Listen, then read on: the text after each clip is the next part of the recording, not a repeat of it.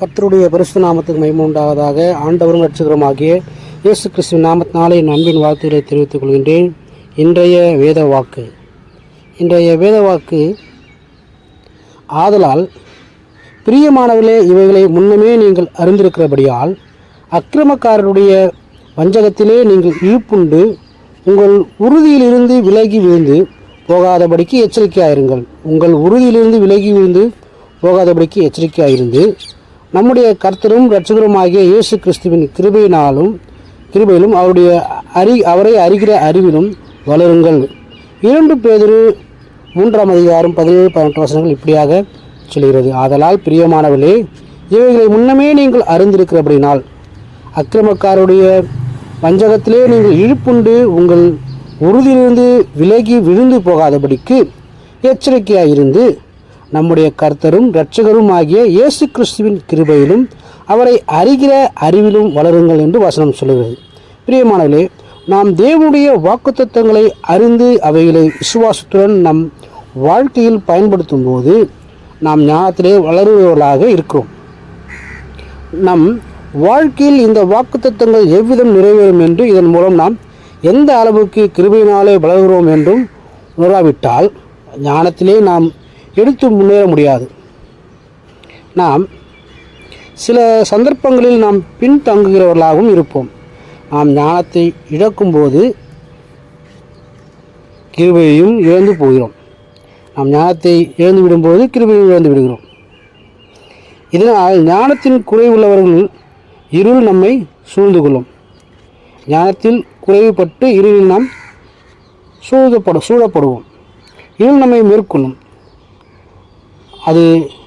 இருள் நம்மை மேற்கொள்ளும் பொழுது தேவனுடைய வார்த்தைகளிலும் அவர் வாக்குத்தத்தங்களிலும் நாம் நம்பிக்கை மங்கி உலக வழிகளில் பாவத்திலும் இழுத்துச் செல்லப்படுவோம்.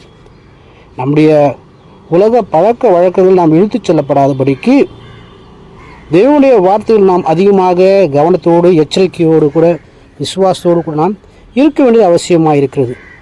இந்த உலகத்திலே நாம் ஏற்கனவே கிறிஸ்துவை அறிவதற்கு முன்பாகவே, கிறிஸ்துவை பின்பற்றுவதற்கு முன்பாகவே நாம் அறிந்திருக்கிறதான அக்கிரமமான காரியங்கள், வஞ்சகமான காரியங்களை நாம் அறிந்திருக்கிறோம்.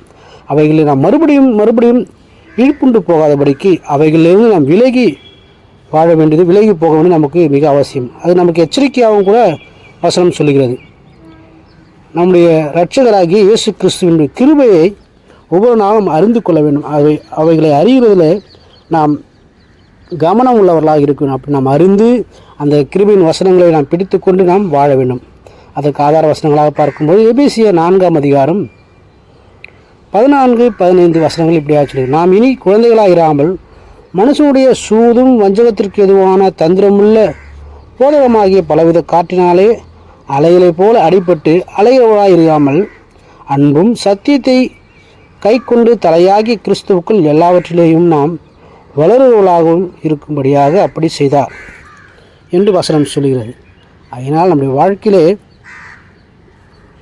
நாம் கிறிஸ்துவை தொடர்ந்து பின்பற்ற வேண்டும். அவராலே சரீரம் முழுவதும் அதற்கு உதவியாக இருக்கிற சகல கணுக்களாலும் இசைவாய் கூட்டி இணைக்கப்பட்டு ஒவ்வொரு அவயமும் அதனுடைய தன் அளவுக்கு தக்கதாக கிரியை செய்கிறபடியால் அந்த அன்பிலே தனக்கு பக்தி விருத்தி உண்டாகிறதுக்கு ஏதுவாக சரீர வளர்ச்சி உண்டாக்குகிறது. அப்படியானால் நாம் சரீர வளர்ச்சி சீரானபடி உண்டாக நம்மை விட்டுக் கொடுக்க வேண்டும். சரியான அளவில் நாம் சரீரம் வளர்வதற்கு, சீரான வழியில் வளர்வதற்கு நாம் எப்படி அவைகள் மீது கவனமாக இருக்கிறோமோ அதுபோல் விசுவாசம் கூட சரியான முறையிலே காணப்பட சோர்ந்து போகாதபடிக்கு, அவிசுவாசமான கிரிகளை நாம் இறங்காதபடிக்கு, பின்பற்றாதபடிக்கு நாம் விசுவாசத்திலே கிறிஸ்துவை அறிவிலே ஒவ்வொரு நாளும் நாம் வளர வேண்டும். நாம் முற்காலங்களிலே செய்து வந்தான பாவ சாப பழக்கங்களிலே, மாம்ச இச்சீக பழக்கங்களிலே நாம் மறுபடியும் சிக்கிக்கொள்ளாதபடிக்கு கிறிஸ்துவை அறிகிற அறிவிலே நாம் வளர வேண்டியது அவசியமாக இருக்குது. அதனால் தொடர்ந்து நம்முடைய இரட்சகராகிய இயேசு கிறிஸ்துவை அறிகிற அறிவிலே வளருவோம். கர்த்தர் நம்மை தொடர்ந்து வழி நடத்துவாராக. ஆமென். God bless you.